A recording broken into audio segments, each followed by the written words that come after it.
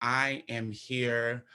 This is going to be what I hope to be a series, but I'm scared to say series because that means that y'all might expect this from me every week, and it may not be that. But I call this series because we are not talking about the impact of the system on young people, and we're not unpacking the power of youth and adolescent liberation in the ways that I feel that we should, as for folks who identify as abolitionists, for folks who don't identify as abolitionists, but they identify as folks who are youth advocates, who have centered their career, their life mission on young people and families. We need to talk about our ability to invest in that liberation, and how is it working, how is it not working, and how can we activate work that is going on and maybe shift it, amplify work that's great and maybe uplift it, and sometimes talk about history of work. And so today we're going to talk about all the things in one, I think. So Melissa Mayo is here with me. Here's the thing, y'all. Melissa is the executive director of Mentor Nebraska. Mentor Nebraska does incredible work, really enriching. Correct me if I'm wrong, but this is, I've done a little bit of work of Mentor. Shout out to Deb Neary. Like Mentor enriches the ability of mentors in our country, right? So it's this idea of mentorship is really not something you can quantify, to be fair, right? It's these rich, powerful relationships. But what we know about relationships is that you do have to work at relationships, and you can have the best intentions, but oftentimes people don't talk about the work it takes to have rich and strong relationships. And Mentor, as an organization nationally, invests in the skills, in the partner building, in the amplification, the power of affirming the power of mentorship in youth live. In Nebraska specifically, where you can see Mentor Nebraska's work is really working with agencies that already have rich, strong relationships with young people, and they are figuring out, in a spirit of solidarity, how they can support them in strengthening and amplifying those relationships. Did I miss anything? Right. I'm glad this is recorded because I think that we need to use that on our website too to describe our work. So thank you. That is spot on. Listen, I say I wanted to explain it because it's, for me, this is the perfect place for you to be. And you have been doing work that way since I was 15, right? This idea of young people, there's no such thing. Well, I don't believe there's any such thing as bad people, but we all should pretty much be able to center in. There's no such thing as a bad kid, Right. and most young people just need someone in their lives, and we assume that person will be a biological relative, be a parent or otherwise. But for many people, right, it's a teacher, it is a community member, it's a staff worker, right? And so that's what I would like to talk about today, like the work that Mentor Nebraska does, and kind of shedding some light on that. Talk about our history a little bit, and then talk about, what would we maybe like to see? Because I kept it to 30 minutes because I was like, if it's more than 30 minutes, I'm just gonna be a mess. So Melissa and Yes. I was 15, turning 16. It was a summer of, it was before my junior year. I was in show choir already. So I think I was like 15, turning 16. And Melissa worked at Youth Emergency Services here in Omaha, Nebraska. And your hair was shorter back then, wasn't it? It It was was. shorter. Yeah. I was Um, rocking the bob. yeah, rocking the bob. Because this was, okay, I just turned 39. So this was like 25 years ago. This is 25 years ago. Um, so 15, I'm in this youth shelter. Youth Emergency Services still exists in the city of Omaha. Shout out to to Yes House because what I can say is that Yes House is one of the few places, well, the only place that I will refer a queer youth to be housed. And so shout out to Yes. But back then, I don't even think that was I wouldn't say Yes was the model of queer youth experience. I don't think anyone was the model, right? I always tell this story. They brought me into the group home, and the boys there were people downstairs and there were people on like the main floor, and there were a couple of bedrooms upstairs, and there was like a main office when you walked in, but next door to that office was like another office room, and they put me like in a office.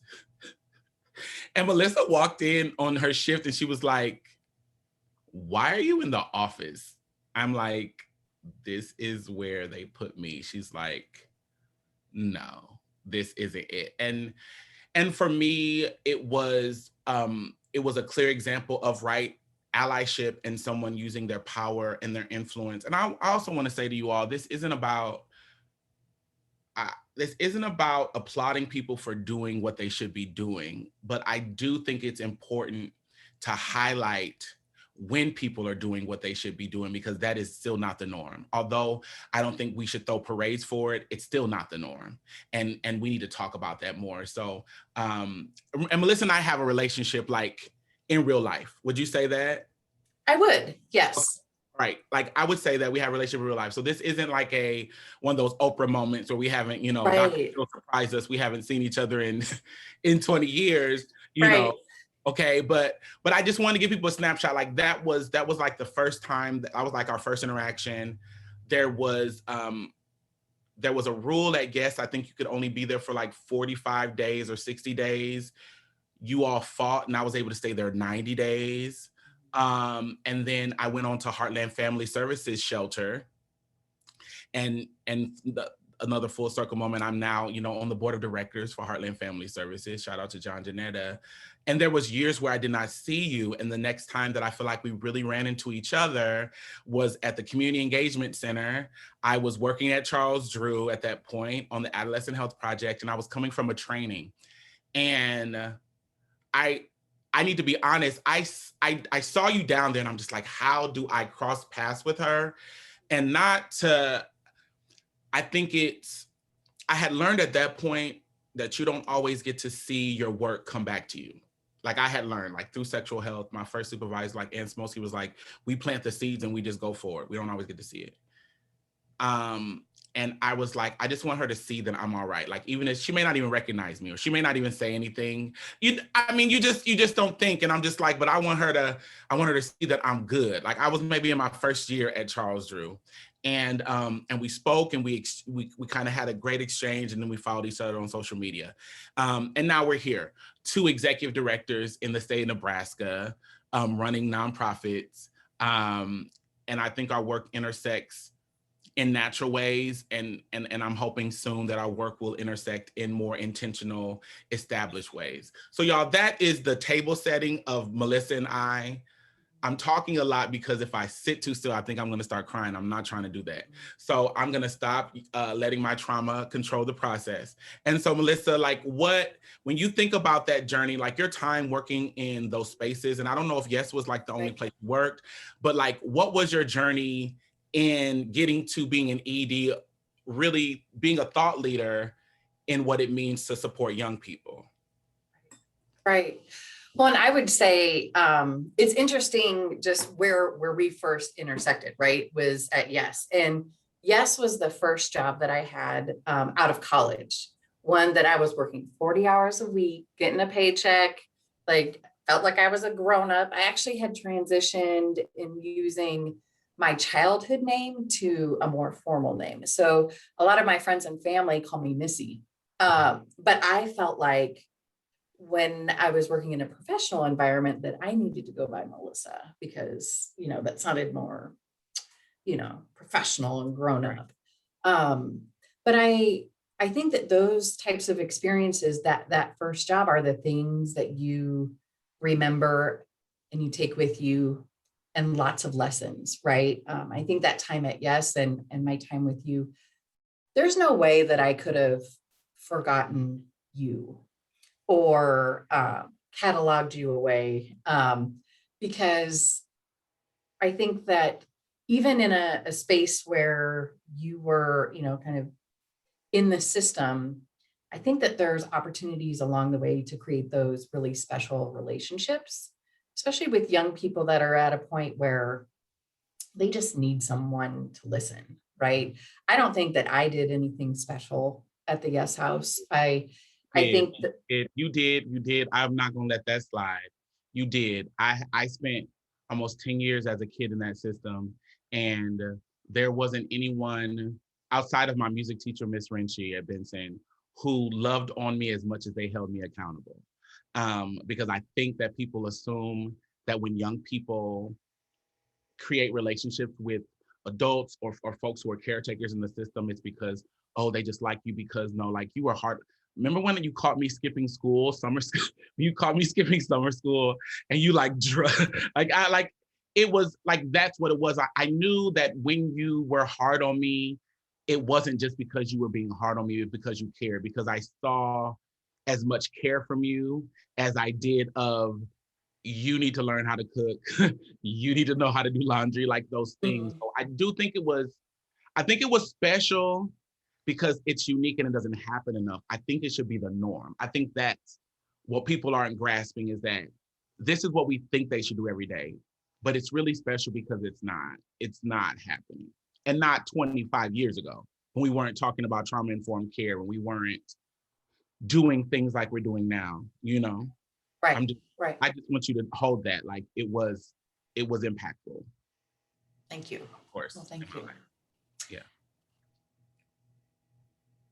And I think Yes really set the stage, um, for my own journey professionally. And because really in that context that we were in, it was really this short term, Mhm. keeping folks safe, like you said, not trauma informed. It was, providing this interim care Yeah. before you moved on to, another phase in your journey.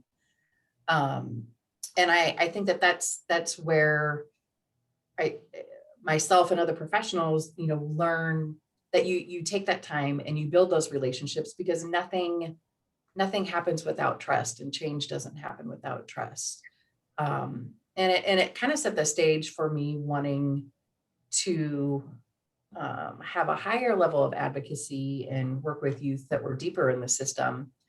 Um, my family probably thought I was crazy a little bit, but and coincidentally, a lot of the young people that I worked with at Yes, I then worked with when they were coming out of the YRTCs in Nebraska, and so having that higher level of care and responsibility really taught me about a lot of things that were really messed up in our system, and um, from just the system of care, how hard it is to get out of the system once you're in the system, and some things that we weren't even thinking about or addressing in terms of inequities. So I feel like I paid my dues, and I worked in the juvenile justice system for about 5 years, and I just got to a point where it was just it was too much.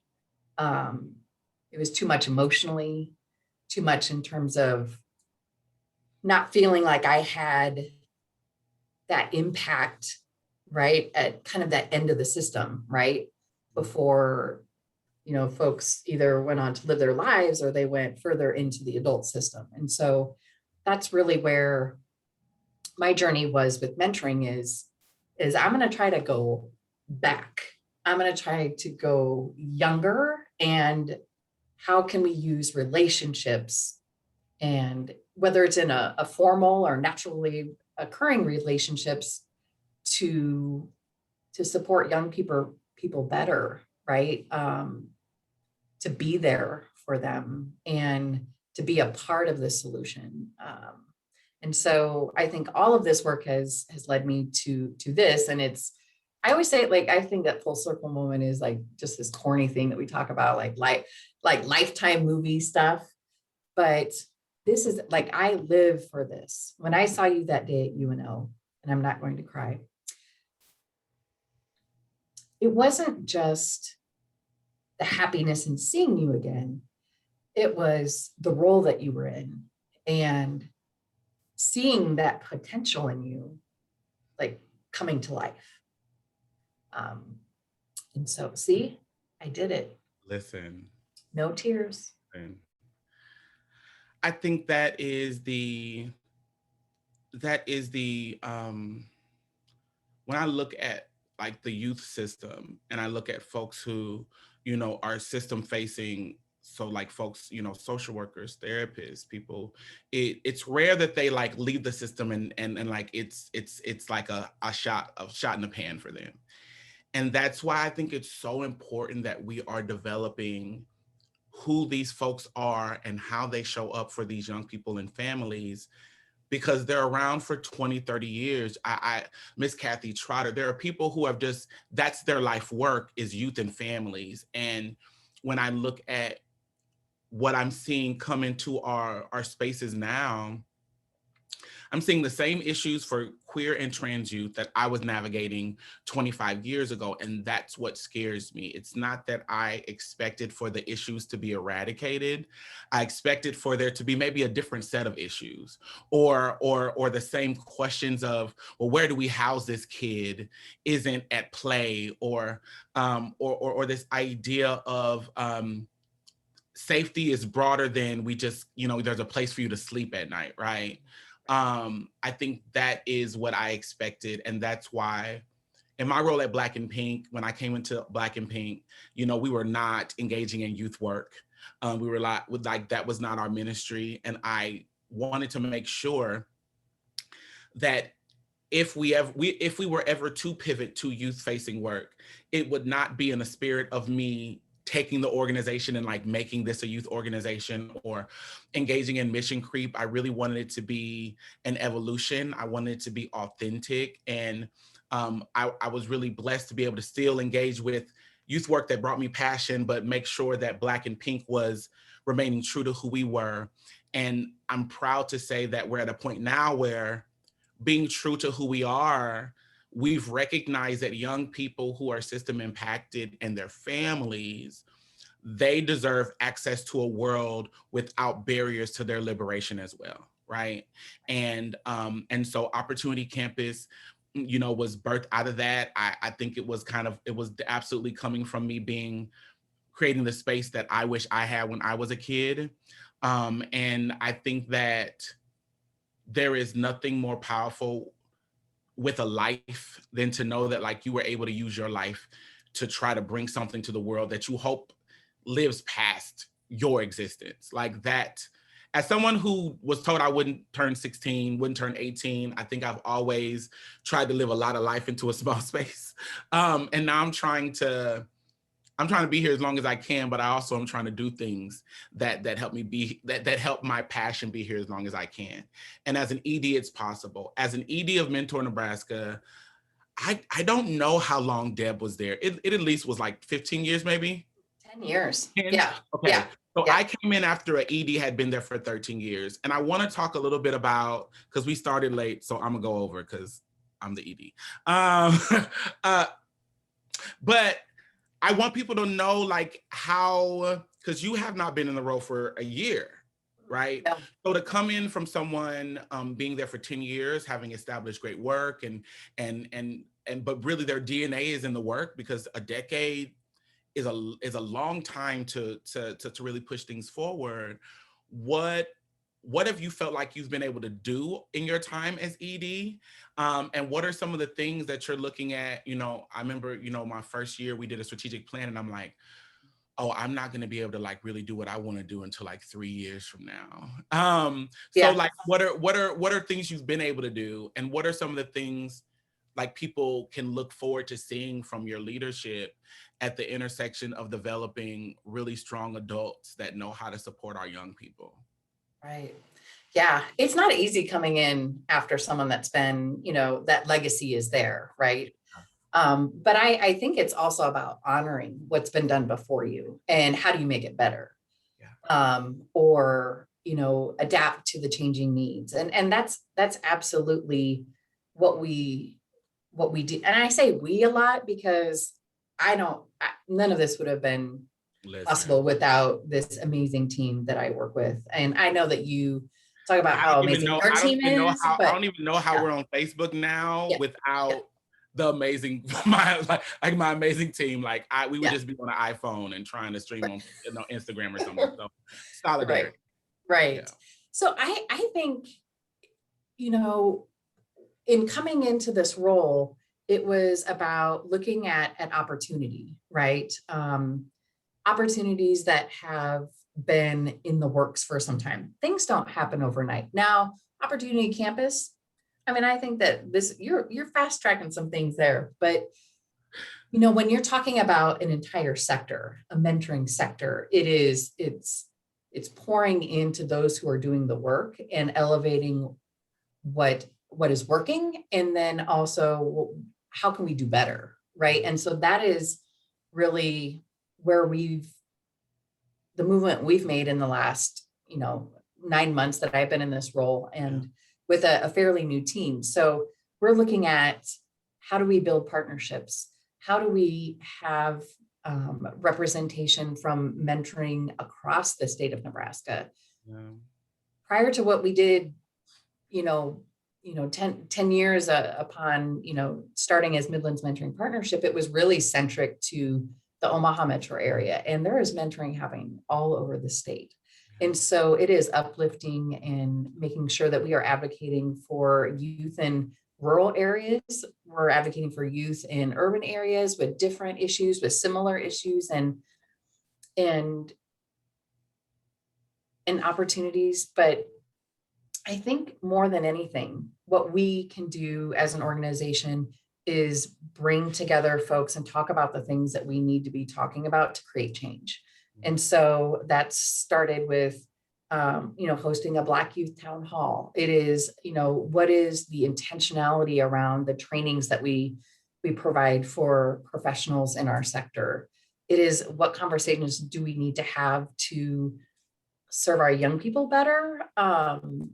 And the way that adults show up for them, right? Because to your point, adults have great intentions. I don't think that anyone that wants to, to show up and say, raise their hand that I want to be a mentor, it has some ulterior motive generally, but it doesn't necessarily mean that they have all the skills and are prepared for what they may experience as a mentor. I think there's a lot of kind of rose-colored glasses sometimes, like I'm going to come in and, I'm going to be there for my mentee, but you don't know exactly what be there is, right? When you sign up.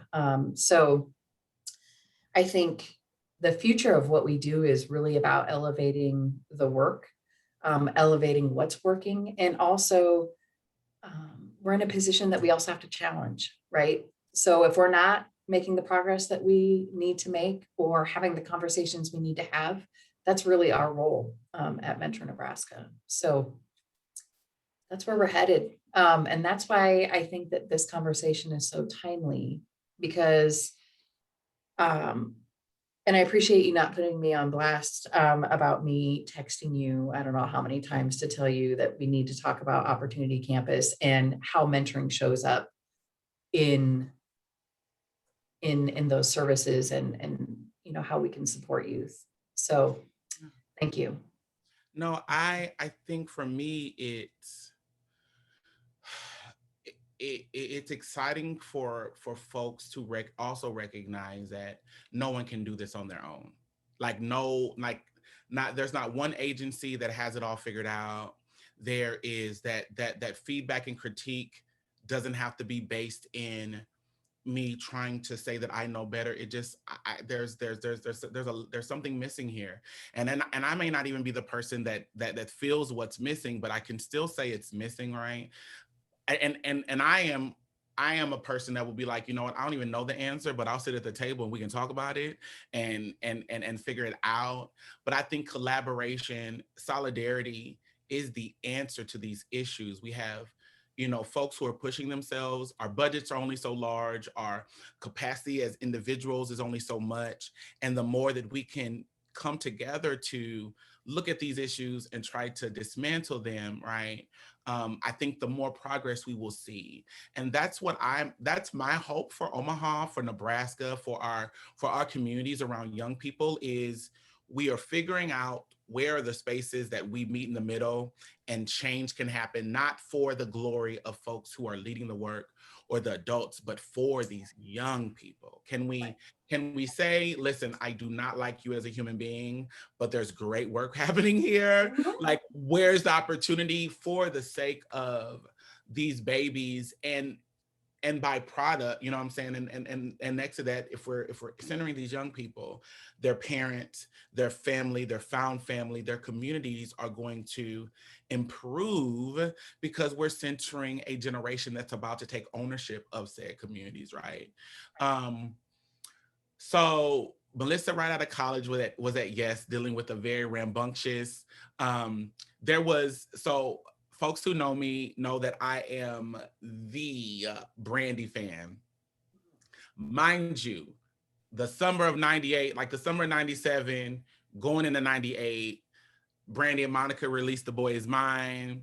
There was a maxi single, and it was like the full version. It was the acapella. There was instrumentals, and so Melissa would do bus pickup, and Benson was like she would get us at Benson, but y'all were getting kids all over God knows where. Like we Right, would be in the bus for like 2 hours before we would get back to right, dinner. It was right.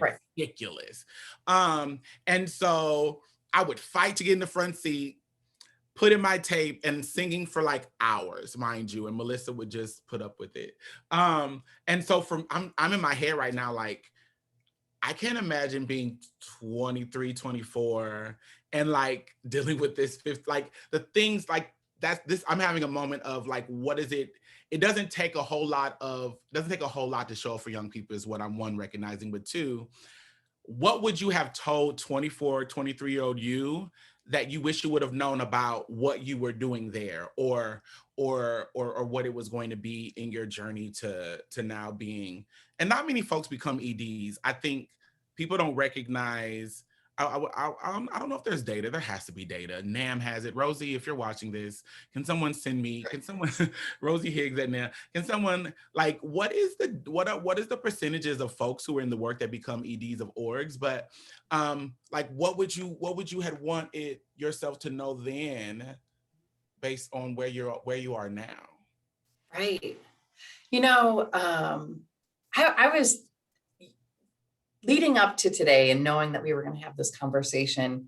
I have done a lot of reflecting, right? And I think that's healthy. I think that I'm positioned where I am today because I have learned to love myself and love my leadership style and not apologize for what that looks like or how others perceive that it should look like, even as an ED. So what I would say to my 23, 24-year-old is own it. Like own your heart, own, the ethics and the beliefs that you have. Um, and that's not always easy at that age, right? Um, having that voice or saying something about, my friend who is in the room next door sleeping, right? When she should be there with other folks. So I think it is, don't lose that voice that you have inside of you. Listen to it. Yeah. That's advice I would give. I think that is great advice for all of us. That voice that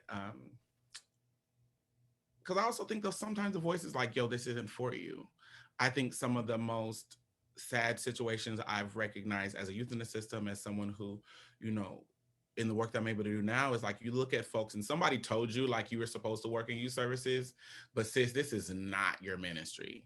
And that's okay. Like Mhm. that's fine. But like this, has been lovely, but this ain't like for you. And so like listen to that voice in all ways. I think is such a powerful piece of advice. Um, I am really excited when I found out that you were positioned as ED at Mentor Nebraska. I was really excited. I think that I have met people in my life as someone who is navigated this system. Andrew Alleman, who is now our new Deputy Director of People Power and National Partnerships, was a person that was in my life at one time, my case manager. And I've been blessed to see people who I know understand the work and know how to show up for people, be positioned to train, educate, and curate what the sector will look like for the next generation. And that is one of the reasons I'm really excited that you are at Mentor Nebraska. I know it's not easy being an ED. Like I'm 3 years in, and it's those lonely nights. It's those days where you have to make a decision and win, lose or draw, it's like yours to hold. But it's such a privilege to take everything that the universe is giving you and be able to change some stuff with it. And so I'm grateful for you and your work. I am grateful for your existence. As a kid who I was lost, I was so lost. And I remember that summer being so afraid and so scared. And you just, you made me want to keep going. And I was, I missed my parents and I was so homesick. And I remember I just didn't understand why this place was better than me being at home. And it was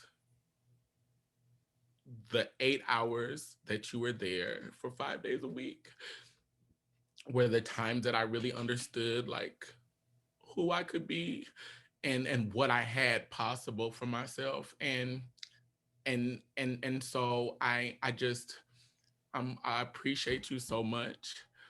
I appreciate who you've been in my life. I am excited for what you're going to do for our state and for this work across the country.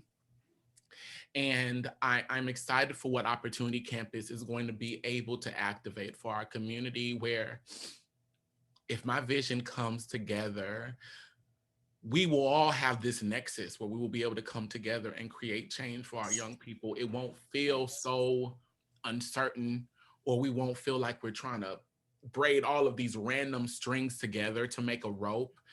We'll have it laid out, and I'm really humbled to be in the work with you in this state and nationally.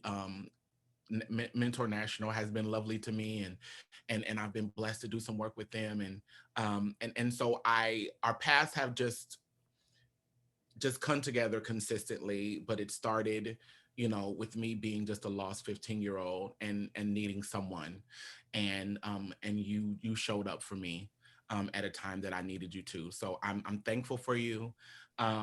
Thank you for saying yes to this conversation. Like we made it almost a whole way without crying. Like I feel like I am proud. Like I didn't do much makeup. I'm like, I'm not gonna just cry all this off. But I'm just thank you for doing this. You all, Mentor Nebraska is doing great work. Y'all go to their social medias. It's Mentor Nebraska. They have an Instagram, they have a Twitter page, they have a Facebook page. They they're also doing work with youth who are system involved and youth who are inside of facilities. There's work happening, and we need to rally around that great work and amplify it. And so support Mentor Nebraska, go to their page, find out more, go to their website, find out more, donate, become a mentor. That is, and I know folks are like, oh, I'm a mentor already. I think it's important to recognize that how you mentor your children, how you mentor your nieces and nephews is one thing, and how you show up for a young person that may need a litany of kind of skill sets to show up for is different. And it's great that there's an organization that's saying we're going to offer you that information, from comprehensive sex education skills, from askable adult trainings, Right. to trauma informed care, so on and so forth. It's there. And low key, you can apply that to any young person in your life, biological or not, right? We're all trying to become the best allies to young people we can be, and so that information is there. So do that. We are still pushing towards our goal for Opportunity Campus. If you go, I'm sure there's tons of links in the chat, and go and find out more. We have our ambassador program. We have our Opportunity Campus. And Melissa, we're going to make sure you get a mask. We have masks Thank you. now. We're official, Hanny. Yes. And they're incredible. You can put in filters, and so you can, this is long lasting, and because we're long lasting, huh? But we have our mask, and there's so much more information coming. And this is not a 1 month project. This is a long-term project to change the landscape of Nebraska. And so thank you again, Melissa. Thank you to your team. Thank you, Dominique. And thank you to my team for, Lord goodness, helping make this happen. When I texted them last minute talking about, hey, this is gonna be a thing, can you make it be? Yes. So yeah, thank you. So, and thank you, Dominique. I and I will not tell long, drawn out stories, but I was asked to write about, tell us about your experience with Dominique. And I think that I ended with that Dominique is someone that I, as a professional, admire. And so I will continue to say this full circle kind of thing, because it's not just you and I intersecting again, but me learning from you. So thank you. Thank you. Well, y'all, I feel like this is a great way to kick off this series. I am talking to some other folks. I'm hoping I can get Judge Serkovich to join me. I'm gonna take her out to lunch and wine and dine her and see if I can get a yes. Judge, if you're watching, I just kind of put you in a corner. And not just for my story, because there are so many stories in this large spectrum of how we're supporting our youth and youth liberation. So thank you, Melissa, again for joining me. Thank y'all for watching. If you're watching this on Facebook right now, share it and put it on your other pages. It will be put on our Black and Pink YouTube channel within the next, probably by early next week. So you can catch it there, and some snippets on Instagram TV. And just keep being y'all and keep being good. Yeah. And like Melissa said, listen to that internal voice and trust your voice, trust yourself, and try to be the best you can be today, and then just try to be better tomorrow. Have a great Friday. Get some sun. Bye.